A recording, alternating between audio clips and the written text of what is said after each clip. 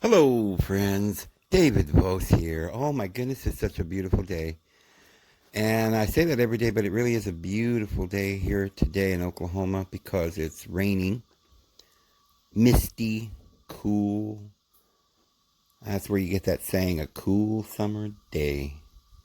They're the best. And sitting here on this beautiful porch that I have that's overlooking my yard and the trees and looking over the valley, and it's beautiful. I just woke up a little bit ago and I got some coffee, and I'd had some, like, literally visions and dreams all night long. My mind was just telling me stuff, and as it wasn't even a dream. It was weird. It was just impressions that were coming during my sleep that I'm able to remember now. And I've been praying a lot about this because to my Father in heaven, because I think we've been going into the Old Testament. We've been pointing out some things that everybody's aware of. That God's pretty ruthless, killing, asking Abraham to kill his son, or you can't have the blessing. It's not a promise. It's, you do what I say, I give you some nice things. If not, I'll string you from the highest tree. That doesn't really sound like the God of the New Testament. So there's plenty of evidence for that. We've gone over so much of that. But there's still a problem for a lot of people, and a problem for me, because I need to understand all of it. I mean, to its gritty little details, because, if there was just one thing we didn't understand, it'd be one thing. But there's a lot of stuff. I mean, for a lot of people, when they're reading the Old Testament, it sounds odd. Look at the book of Isaiah. You got this God, this ruthless God. Bring them all down here around my mountain. Let me kill them all. Okay. But I shall one day bring forth the lamb, and he'll save the world, and I love him, and he's such a beautiful lamb, and everyone will be saved. Okay. Well, it doesn't say any of that, but that's how we feel it says. That's what we think it says. We never really read the details of Isaiah 53. Look at the details. It says that he enjoyed crushing him. Yahweh crushed him and enjoyed it. He will delight in crushing him. Jesus went to hell and he paid a price. Somebody crushed him. He took stripes, beating. Take a whip and you slash somebody. That's a stripe. So that's punishment. So what Jesus was doing was taking the punishment. For what? Well, this is big. This isn't just, who done the dirty deed somewhere. No, this is all the dirty deeds that anyone has ever done in the history of man, and all these dirty deeds, or all this supposed wrong that's got to be punished, cannot be considered wrong according to the Old Testament, even the New Testament, unless there was a law. Because without law, there is no sin.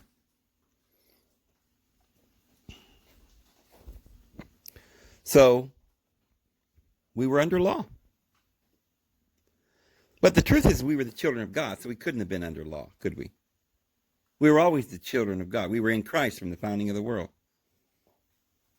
We were, ye are gods, and the scripture cannot be broken. I mean, in the Old Testament, we partook of the fruit of knowledge. We had our eyes opened, and we began to realize we were God.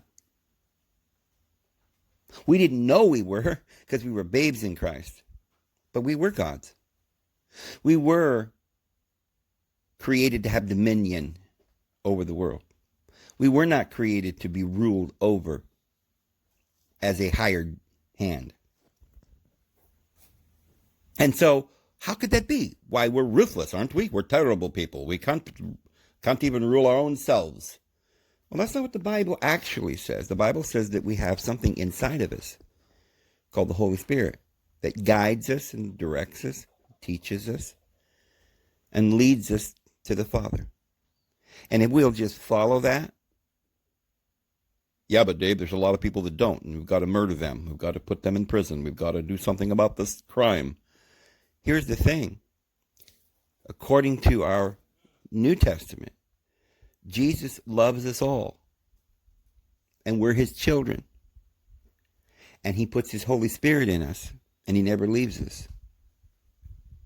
And he doesn't condemn us. So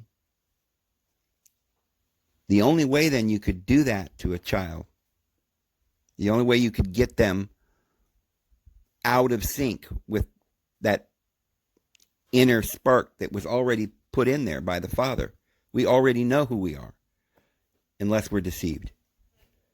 And that's where the devil comes in. He deceives you to make you believe that you're worthless. And if he can defile the holy temple, which is your body, the body is the temple of the living God. If he can defile that holy temple with what? With an abomination in the most holy, which is your heart. What is that? Well, Jesus came to do away with that. What was it? The guilt, the shame. And what did he say? You're all guilty, but I forgive you? That's not what he said. He said, I've set you free. That whatever it was you were under, I paid the price. Now you're free. If the Son of Man sets you free, you're free indeed. But you see, what he's really saying is that I'm the light. I'm the truth, the way, and the life. And no man comes to the Father except through the truth. If you know the truth, you'll realize what? That you have boldness into the most holy, beyond the curtain. It was rent in twain at the death of Christ, because he conquered the illusion. And he went beyond the curtain to gain eternal redemption for us.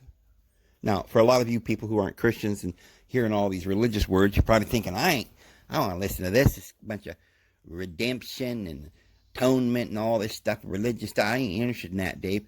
Well, trust me, these words have been overblown. Okay? The words are true. They're real. And we were purchased, redeemed. You were sold to under sin and under death. But how? You had the key. Whatever you bound on earth was bound in heaven. Whatever you loosed in heaven was loosed on earth. How in the world could you have gotten into this degradation? Well, you were the prodigal son. You were the son of the living God. And you owned the whole farm. And then one day you decided to take all of your money and waste it. You took your part of the farm and you said, I'll just take mine, cash it in. And you went down to the local pub and you drank it up, and you spent some nights with some wild women, and you spent all of your fortune having fun. And then you lost it all. And there you were, lying in the street. And you were hungry, so you went out with the pigs, and you laid in their pen because they had some scratch out there, and that's all you had to eat. You were dying, starving. And you didn't go back home because you thought, well, my father wouldn't love me. I've squandered everything. Well, the thing of it is that that's not how it works. Your father loves you. You're his son. And you can't do nothing about that. You're his son. You still own that farm. You're still, by virtue of being his son, you still have that inheritance. Because your father, when you go home, he's gonna butcher the fattened calf and have a big festival. Say, my son has come home. Oh, hallelujah. You own the farm. You can't lose it all. So what is this thing where we're all under sin and death? We can't be. Death, where's thy sting? Because we are the rulers of the universe. I mean, if we can't conquer death, then we don't live. We don't have life. And if we don't have life, then we don't exist.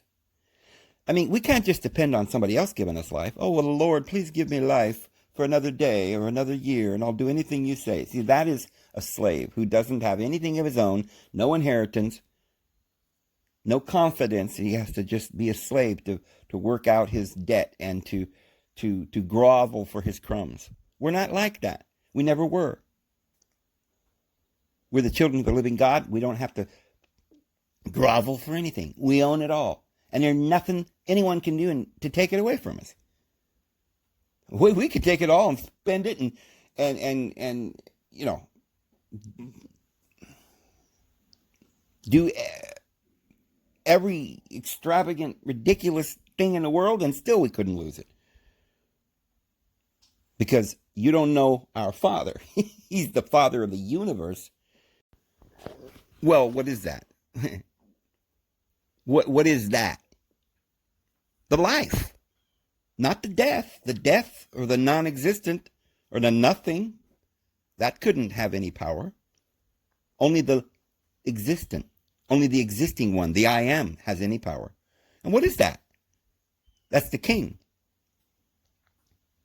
Whatever has a desire, whatever has a will, can accomplish anything it chooses because it is the I am. So that's why you are, and no one can take that away from you. You always will be I am. You always will be you, with a will and a mind and always that spirit that you have will bear witness with his spirit that you're children of God. And when you finally wake up and realize that you are a being, and that's what the divine is. In the beginning was the Word, and the Word was with God, and the Word was God. And all things came into being, into existence through the Word, through the Logos, the logic, the mind, through being, through existence. All the existence is because of your intelligence. And all you had to do, even before, to become like God, was really just to know that you were like God, to become aware of that. I mean, that's why you had to partake of the tree of the knowledge of good and evil, to become aware, to know that you were like God.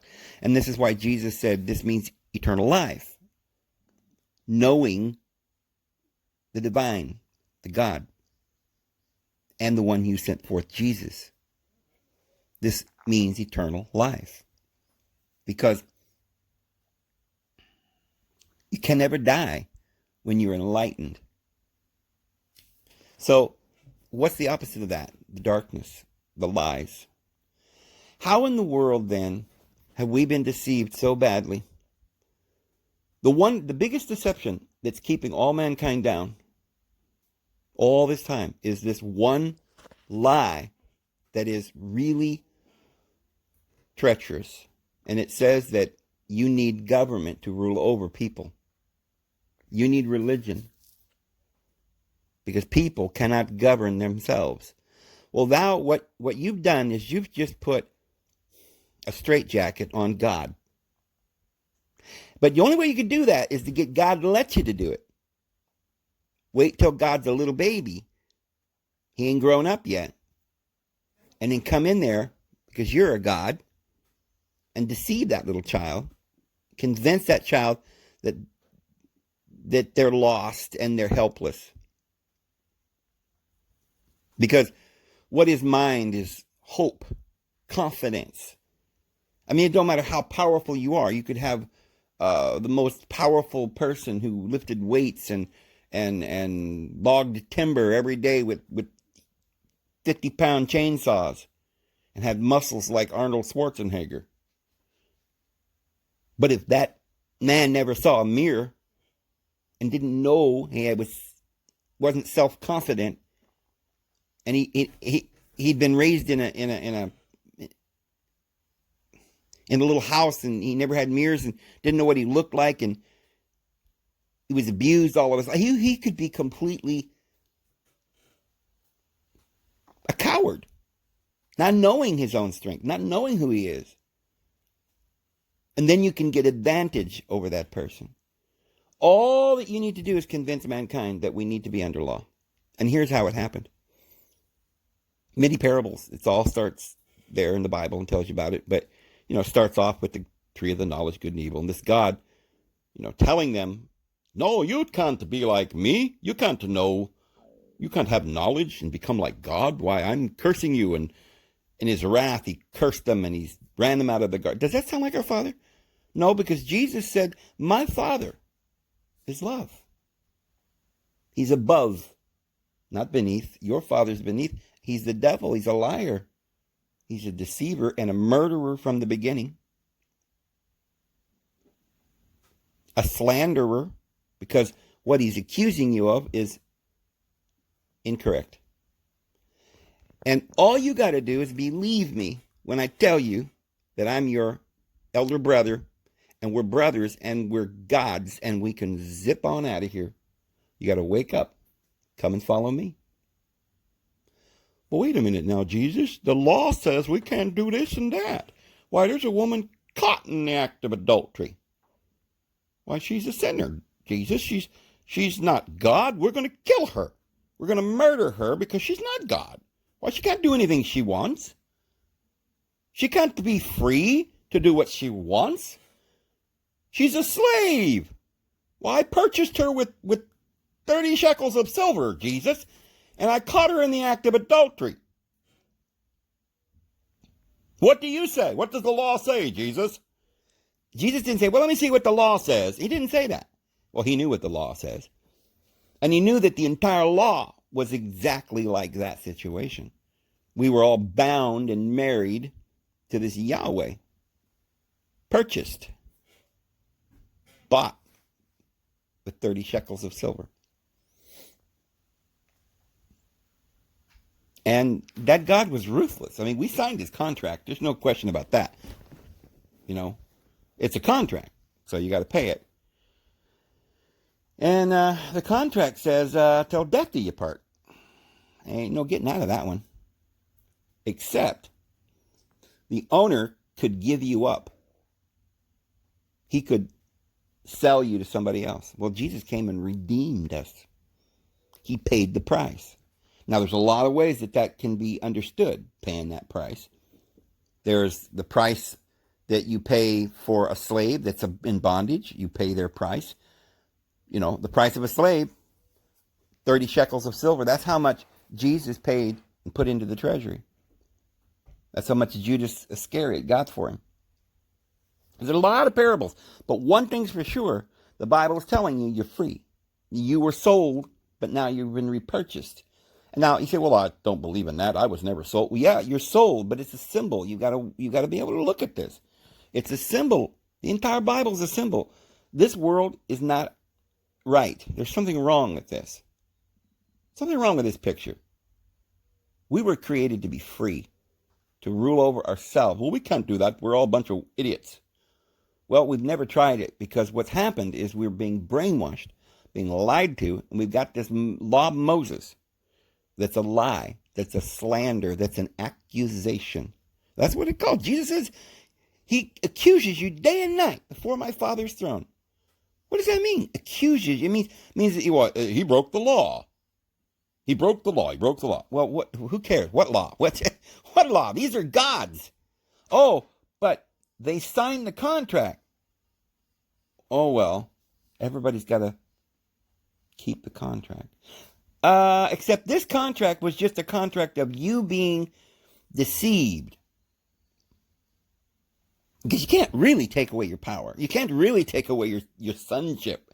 But as long as you think that you're a pitiful, poor little creature that has no power, as long as they can deceive you, that's how long they can keep you. So Jesus came down here and died and said, now look at guys, you see that? It's nothing. You can't die. You're a son of God. That's what this is all about, okay? But let's get deeper into this, because this is very, very important. Sounds beautiful, Dave. Sounds wonderful. And I see all the scriptures you're pointing out there. But the Old Testament says over and over again, you must keep my law and keep my Sabbaths.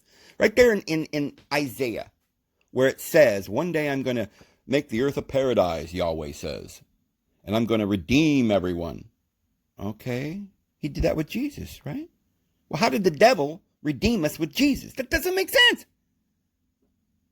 And then he says, and all those who keep my Sabbaths shall be eternally blessed forevermore in my new kingdom, blah, blah, blah, blah, blah. Oh, by the way, why are you guys trampling my courts with all these sacrifices? Who asked you to trample my courts with these sacrifices? Enough! I've had enough! I can't take your solemn assemblies. Why, they're wretched. Killing a lamb upon the altar is like breaking the neck of a dog or offering a human. It's disgusting. Now, wait, hold. This guy's talking like this now. Like, I can't stand all this sacrifice. What's this stuff? I don't like it. Oh, I want to be righteous and help the fatherless and the Now he's starting to sound like Jesus almost, What's going on here? A little bit ago, he was delighting in crushing him. That's the part I think we're trying to understand. If we're going to combine the Bible and understand it all the way, what happened? It's got to be something really crazy going on here that we can't quite figure out. Okay, now we've seen when the little parables, we've kind of worked them out. They ate from the tree of the knowledge of good and evil. Whoa, the knowledge opened their eyes. They became like God. Oh, okay. So that's the process of becoming a human, is waking up and knowing who we are and learning. And so we learned all that. And now we're going to get the tree of life. But there's all this history. Cain killed his brother Abel. And I was like, okay, why in the world would God tell us this story? And then Cain has a child, and Cain has another child. And all Cain's children are about almost the same names as the other side. Seth has Enosh, and they have Enosh, and Enoch, and they have Enoch, and the Hallel, and the Hallel. All the way down to this, in Cain's line, you come to this woman, Naamah. Come to a woman. The last thing they mention is a woman, and as far as we know, as far as we've been told, because I'm going to show you that the Jewish people have kept this hidden on purpose. They're trying to hide something. And it's in the book of Exodus where they say, and you can go look this up, and they'll tell you that this is one of the most important things in their religion. Under the Old Testament, this is the most important thing that Yahweh wanted, is to hide the identity of Amalek. Erase his name from history forevermore. Amalek, he must not be known to nobody. Nobody can know who he is, understand who he is. Why? Oh, because Amalek, the Amalekites, had to be wiped off the face of the earth because they were also the Canaanites. But why would this God Almighty be so angry at one man that he wanted to erase his memory from the face of the earth? That's something we need to understand. Because Molech. See, they told us that Molech was a false god. They told us El was a false god. They told us that Baal was a false god. They told us that all these words mean God or Lord or something. Not true.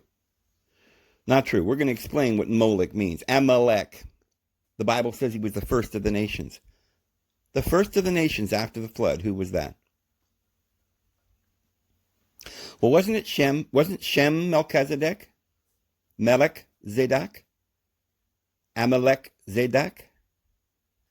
Didn't Abraham meet Abimelech, father Melech?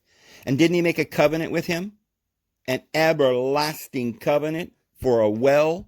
And was it really about a well, or was it about spiritual, deep source of life? Our continued existence.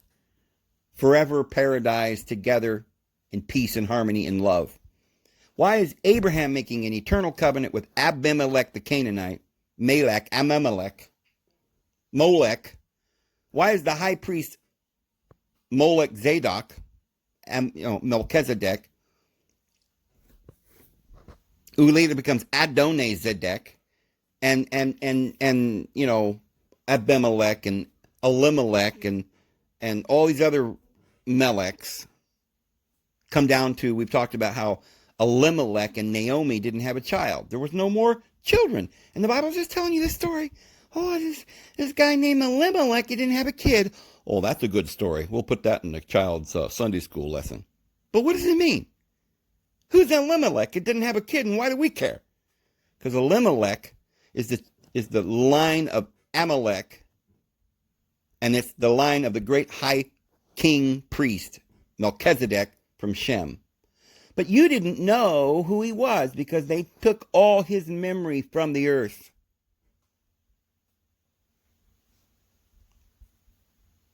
That's what they say. And that's what they did.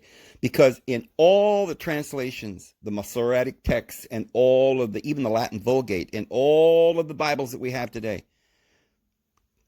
the word Canaan is removed because Canaan, according to the Septuagint and the New Testament, Luke chapter 3, gives the lineage all the way back to Adam from Jesus. And it tells you that Canaan, just like it says in the Septuagint, was not just the son of Ham, but was also the son of Shem. How could that be? Well, here's what happened. This is the part that they erased from the Bible so that you could never know who Amalek was. Melchizedek. So you don't know who he is. Who has no genealogy, no beginning of days, nor end of life, but has become like unto the Son of God.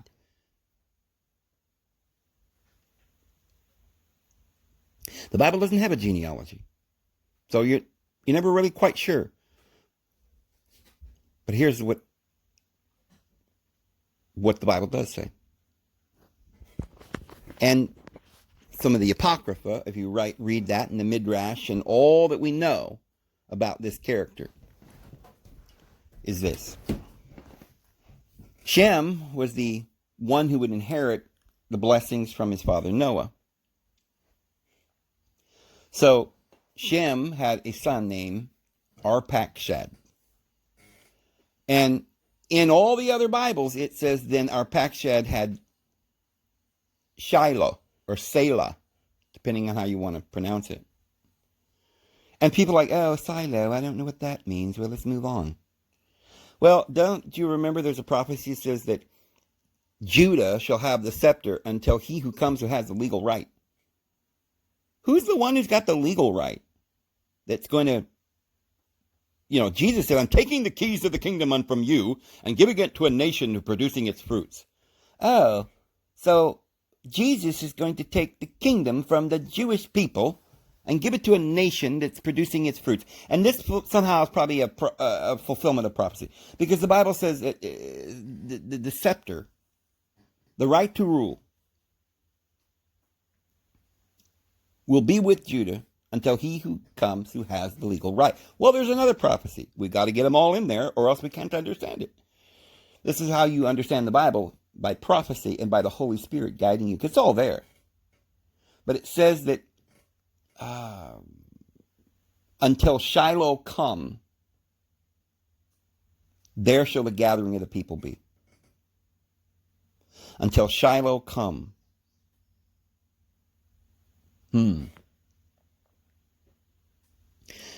What is Shiloh? Well, that is the word peace. Okay? We say shalom. We're used to hearing the word shalom, brother, shalom. That's with an M on the end. That's just plural. Shalom. But Shiloh or Salah, you can use an S or an SH because they don't know how these letters are pronounced. But it's the same Hebrew letters. The son, Shiloh, is the rightful heir. The son of Shem, the great Melchizedek. Until he comes, or the one in his line, the one who is from his line. And who is the son of? Who is the son of Shem, the son of Arpachshad? Only in the New Testament it tells you there, and in the Septuagint. Now, why the Septuagint? Because the Septuagint was written by the 72.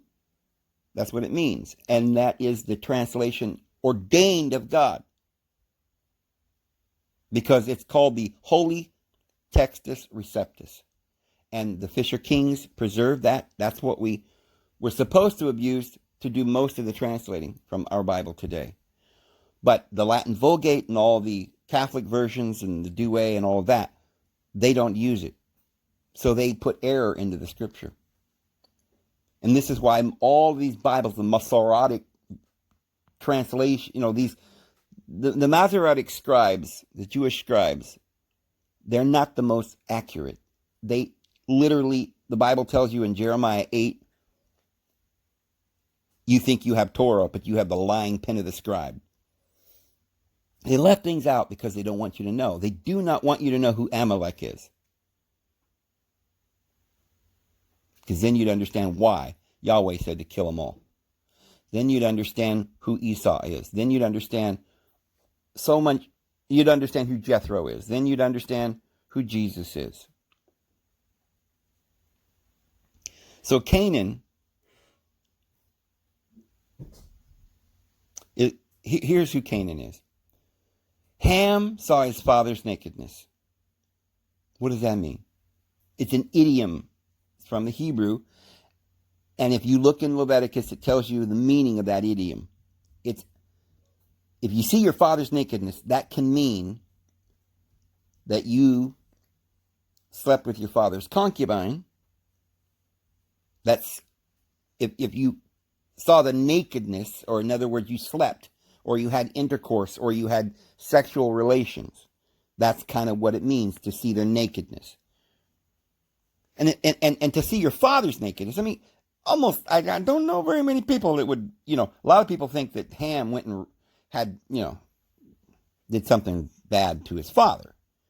Well, that sounds a little bit fishy for most people, because I don't know too many people in the history of man that have ever, thought that was a possibility. But that's what people think, because they don't look at the Hebrew and the idioms there and the laws. That's a law that refers to a man seeing his sister's nakedness. If you saw your sister's nakedness, you saw your father's nakedness. That's what the book of Leviticus says.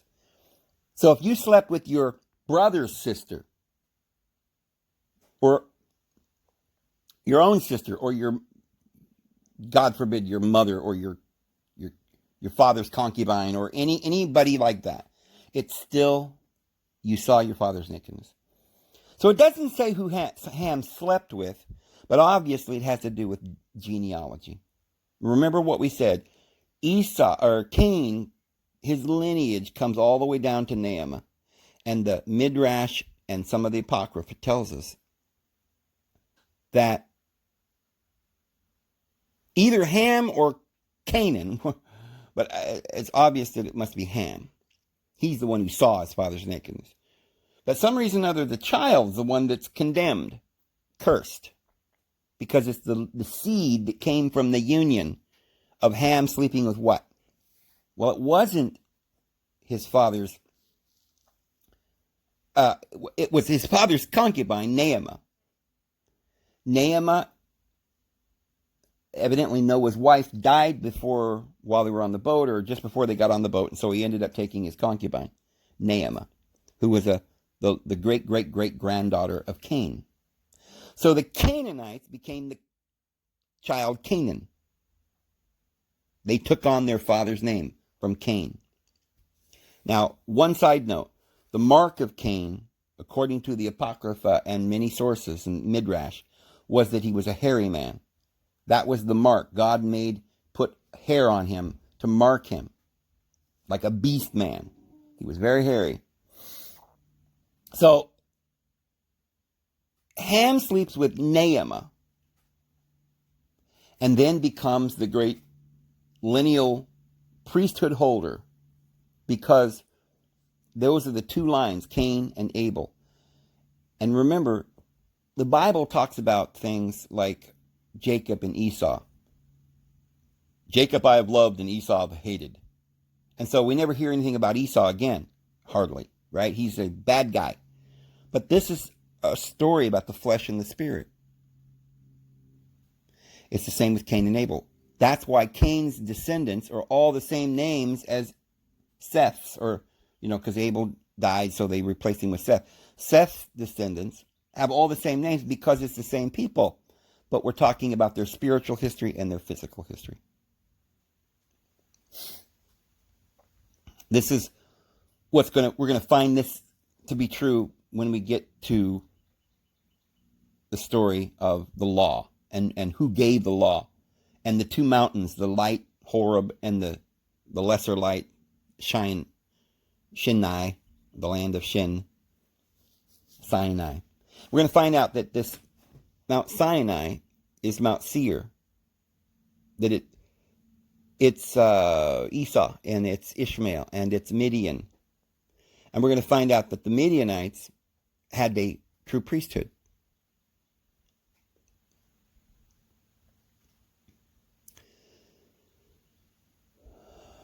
So, Canaan. Canaan's the child of Ham and Naamah. The Apocrypha tells us, it's in the book of Jubilees, that Canaan married Shem's daughter. And so therefore, Canaan was the rightful heir because he was of the lineage of Shem and of the lineage of Cain. In other words, Shem back through Seth and Naamah back to Canaan. Because they follow the women as well. Look in Luke 3 and Matthew chapter 1, and you get the genealogies. And they follow, when at times they'll follow the line of a woman. The women mattered. To this day, the Jewish people will count their genealogy through their mother. So it's not something that, we have this thing in our head that we're thinking, well, if it doesn't follow the male line, then it doesn't count. Well, no, that's not true. In fact, there's a reason why in some cases you follow the male, in some cases you follow the female. Because you find this in the Sumerian tablets, but it's been a basic rule from the beginning that in order to have peace on earth, the southern kingdoms would have a female queen that would marry the male king. We see this with the Ptolemies that went down into Egypt, and they were a northern tribe or people, and they were the kings of that era, but they could not become king without taking a lineal descendant of the pharaohs from the southern part of Africa. There had to be a female queen who anointed her husband, as Mary Magdalene anointed Jesus, to become the rightful heir. You have to have both lines. And so David married Bathsheba. Sheba was a sister of Nimrod, son of Ham. And so the southern kingdom and the northern kingdom were unified in this agreement. There would always be the high priestess, just as Joseph married daughter of On. This goes all the way back to the tradition from Nibiru. And that's what we're talking about here, is the high king priest. The high king priest, the Melchizedek line, not this little appendage to the law that we call the Aaronic, or the Aaronic, the Levite. Even under the law of Moses, a Nazarite priest was above the Levitical priest. That's why Samuel and Samson and Deborah and Gideon and King David were able to go in and officiate at the altar, and yet they were also rulers of Egypt, of Israel. David was the king, but he went in and used the ephod and danced and became a prophet as well, because according to the book of Psalms, he was a priest after the order of Melchizedek, which is a higher priesthood. But how did this priesthood get in there? Well, as we can already tell, it's come down from Adam. Adam is the great Ancient of Days, the Son of God. And from time to time, there were individuals that seemed to have some kind of a virgin birth. We see Isaac was born in a strange manner because Sarah was 199 years old, was barren, had no, she'd already went through menopause years ago. Couldn't possibly have children, but miraculously gave birth to Isaac. We have the story of Noah in all the scriptures and Apocrypha, how he appeared to be one of the children of the gods.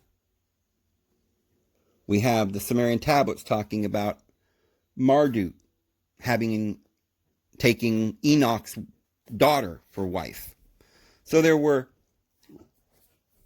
definitely, the Sumerian tablets talk about the fact that Anu was perplexed because the throne of the gods was now transferred to earth. The gods came down. Marduk was the heir to Nibiru, to the whole kingdom of heaven. But he had taken an earthly wife, and now the lineal descendant of God was on the earth. That's Jesus, who has power in both heaven and on earth, who gained and ascended the throne and has all authority. But who was his ancestors, my friends? Was it just this one line of Judah? No, because there's all the way through. There was these two sons. There's always got a little red ribbon tied around his hand so we know which one he is, right? The flesh and the spirit. It all represents something very important. So, we want to know, why do we have all these laws? This ruthless Yahweh. What's going on here? Well, basically the Bible starts with Moses. The Old Testament starts with Moses. I mean, yeah, there's a little bit of stories about Adam and Eve and stuff like that, but most of the history starts with Moses. What happened with Moses? Well, because 430 years before that, Abraham met Melchizedek, and they brought out bread and wine. It was a covenant of communion, and there was no sacrifices. It was simply a promise. The Apostle Paul says 430 years later, the law did not make void the promise. The law came in beside. It's a tutor that led to Christ, a hard taskmaster, a bondage and a curse. We've been freed from it. Well, that's not what it sounds like when you read in the Old Testament. It sounds like, this is what you got to do, and if you don't do it, you're not going to get that paradise at the end of the chapter 66 in Isaiah. You're not going to get that lamb shall lie down with the wolf thing, right? If you don't keep his Sabbath, because he's going to come down on his holy mountain. Well, here's what happened. Moses is built up as a big hero in the Old Testament. And we think of him as this great prophet that there must not have been anybody before him. He was like born a virgin from his, from the sky or something, right? Because it's like, who was his father? You never asked that question, huh? Where did he get that information? Well, according to the Bible, Moses, there's some amazing stories in there, but we never pay any attention to it. As Christians, we're trained to clip around the stories we want to tell. Just clip around it and just read that one story. There's a good lesson there. But the other story where they murdered all the people and we don't talk about that. So what is the story here? Moses, it says, went out, and a man named Jethro had 7 daughters. Oh, now we know this must be an important story because there's 7 daughters. That's the Pleiades, right? It's the Greeks got this story. And he goes to a well. There's always a well, isn't there? Well, they're dipping water out of a well because you got to have water to live. And there's these 7 women there, and they were getting frustrated. People were coming and were stealing their water and messing with the girls, and it was a dangerous situation. So Moses came along and protected the young woman and ran the raiders off and the thieves and helped them get their water. So the young women went back to their father Jethro, and they said, "Oh, Moses helped us." They said, "Who's Moses?" "Oh, he's the man who helped us get some water today. He helped you get water. He helped you get life. There's something about that, man. Okay? He helped you understand truth. Without truth, you can't live." And of course, the shepherds of the sheep, as that's the ones who are teaching the innocent nature in human beings, the ones that are willing to listen. The shepherds. Christ is a shepherd. Well, Moses was a shepherd. But it says that Moses was a shepherd of Jethro's sheep.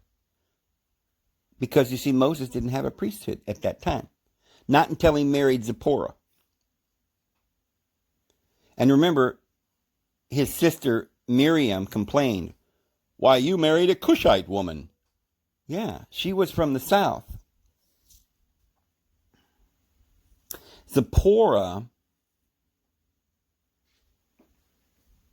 there's a whole story about how she circumcised their first son Gershom because Moses didn't have a chance to do it. And this God was so angry that he was about to kill Moses because he hadn't circumcised his son. So Zipporah whooped out a flint rock or something and just smashed her son's, she circumcised him. And she says, and she calmed the angel. So he left them alone and didn't kill Moses. That's how strict that angel was. He wanted absolute devotion. And Moses was bound by it. Well, Zipporah didn't like that much. Because she was a high priest. And how do we know that? Because Zipporah's father was Jethro. And Jethro was the priest of Midian. And who was Jethro? He was the Kenite.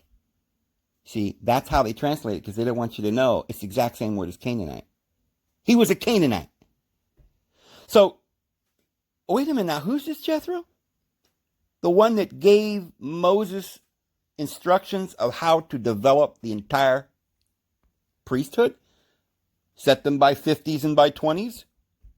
"Oh, Moses, you'll wear yourself out there. Do it as I say." And they collaborated. Well, that's not all they did, because remember, Moses wasn't a priest to start with until he married the priest of Midian's daughter. Who's Midian? Well, Midian is the son of Keturah, Abraham's wife.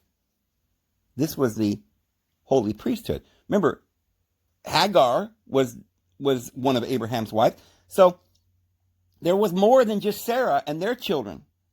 There were, from Abraham, there was Keturah, there was Sarah, and there was Hagar. And they were all royal bloodlines. But the Ishmaelites became known as one nation with Esau later on, because Ishmael's sister married Esau. Esau married them all. He married into the Midians, he married into the Ishmaelites, and he made a religion on Mount Seir. 2 times in the Old Testament it says that Sinai is Mount Seir. And Paul tells us that the Jerusalem that is today corresponds with Hagar or Ishmael or the mountain in Arabia, which is Mount Seir. If you look at that area in the Bible, in Exodus and Numbers and Deuteronomy, you'll get very clear. If you read it over and over again, it's hard to do because it's the way it's translated, and you got to keep track of all these little words. You'll see a word like Abimelech, and you don't know what that means. There's some guy until you look at the word. Molech, Abi, father Molech. Yathro, and his other name is Ruel, because there's always the flesh and the spirit. Horeb, the light. Sinai, the lesser light. 2 mountains, 2 covenants.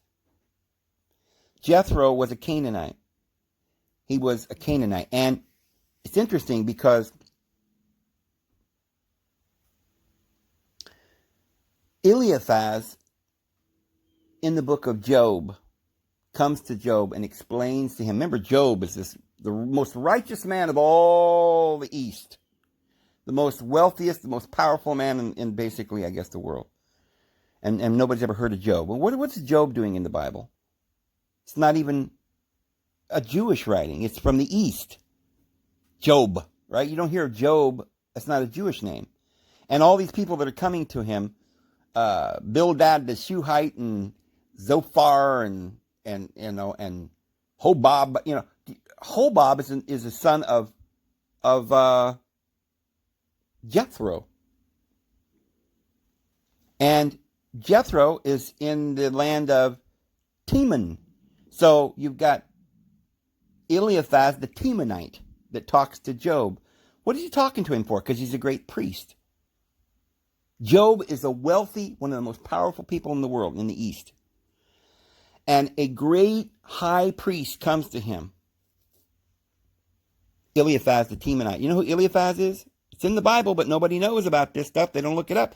Eliphaz is the son of Esau. Well, Esau gets around. He married Ishmael. He married them all. You got the Temanites too. And the Temanites, that just means the south. All the south, probably all of Africa. Just like the Negev in the Bible is a word that means the south. And today we say, oh, the Negev's right down here, the south part of that little place called Palestine that's about the size of New Jersey. That's not the Negev in the Bible. The Negev is Africa. It means the southern region, Africa. And so all these tribes and the 5 axis lords of the Philistines and the Jebusites and the Canaanites and the Girgashites and the Horites and the Hivites and the Jebusites and all these people, the Ammonites and all different nations and tribes, millions, each one, millions, couldn't exist in a little place called Palestine about the size of New Jersey or Massachusetts. Couldn't be done. The region was from the river Egypt unto the river Euphrates. Raise up thine eyes and look, and I will give it all unto you. So Jethro is a Canaanite, a priest of Midian, and Midian is a nation that is the same, one and the same, as the Ishmaelites or the Eshites, the Edomites. Jesus comes to the land of Israel. It's not really the land of Israel. He condemns it, and he looks at their city, and he says, your city, your temple is left unto you desolate. That city was called, or that temple was called Herod's temple. Herod, the Herodians, that's from Esau. The king of that land that Jesus went to and walked the earth there, the king of that land was Esau.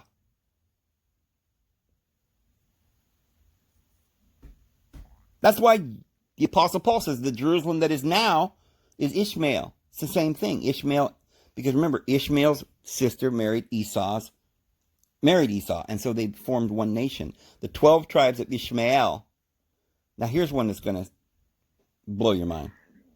Remember, Jacob is Jacob. He doesn't become Israel until the end. He's got to conquer a lot of stuff to become Israel. But Ishmael's always been Ishmael. Esau was hairy. And his mother, Rebecca, wanted him to be the heir. She loved him. Why? Because she knew who he was. But Isaac wanted Jacob to be the heir. Well, Isaac decided that Jacob was going to be the heir. So Rebecca got together with Esau, and they lied, they deceived, and they tricked Jacob, or Isaac, because he was in his old age, he couldn't see, he was blind, and they put hair all over him. and they stole the birthright. So the birthright actually belonged to Esau. Well, how is that? Well, the flesh and the spirit. Where does it belong? It's the same. We both have the flesh and the spirit. But the flesh wants to steal the birthright from the spirit, doesn't it?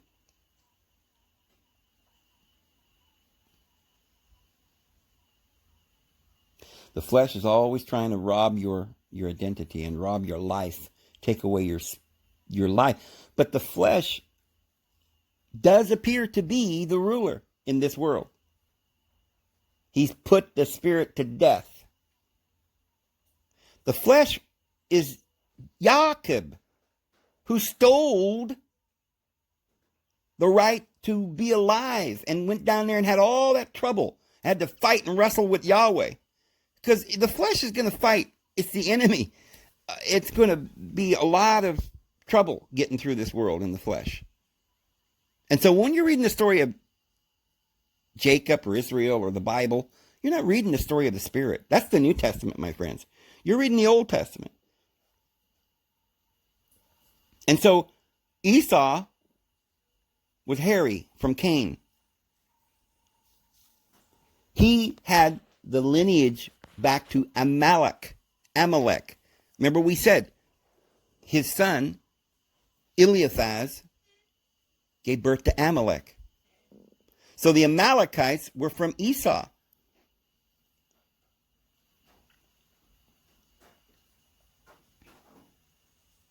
And they go back to Canaan, who is both a son of Shem, the great Melchizedek, and through Naamah back to Cain. And this is the great king high priest. But the flesh didn't like it. And when they entered into the promised land, they found Jethro, and Jethro said, man, well, first of all, they came in and they see a guy named Balaam. Balaam is a prophet of El and a prophet of Yahweh. And whatsoever Balaam says comes to pass. That's what it says. He's a prophet that everything he says always comes to pass, so he's a true prophet. That's the definition of a true prophet. But why in the New Testament and in the Old does it say that Balaam is bad? Well, because Balaam, now remember, what is Balaam?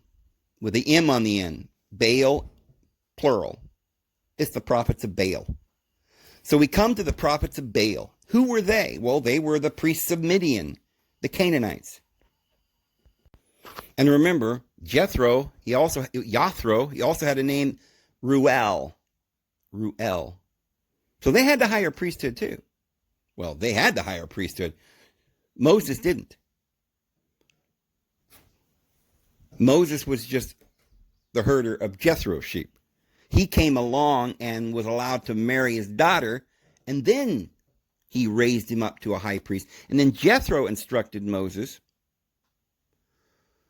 how to run things. He says, now, what we're going to do is these people, they don't understand. They're too dumb. So we're going to veil it. We're going to hide the whole thing from their eyes so they don't understand.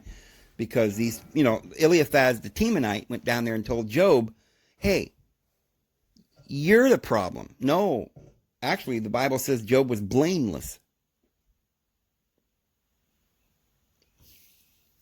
So this religion, these great wise ones that were teaching Job, the greatest and most wealthiest man in the East, he went to the high priest, Eliphaz the Temanite, the son of Esau himself. And he was the great priest there at Seir. The Horites, Mount Horeb. They had the light. They were the Horites. Sometimes they called them the Hivites, which is one of the 7 nations of the Canaanites.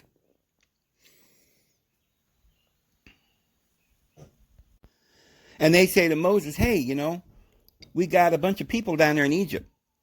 Let's have a war. See, we think about these guys as these little Bedouinians with their little turbans out there in the cave, right? No, this was nations and peoples. These were kings and emperors. Moses was a very, very, very great man. He was a general in the army, you might say, or the right-hand man of the great Jethro, the priest of the Midianites.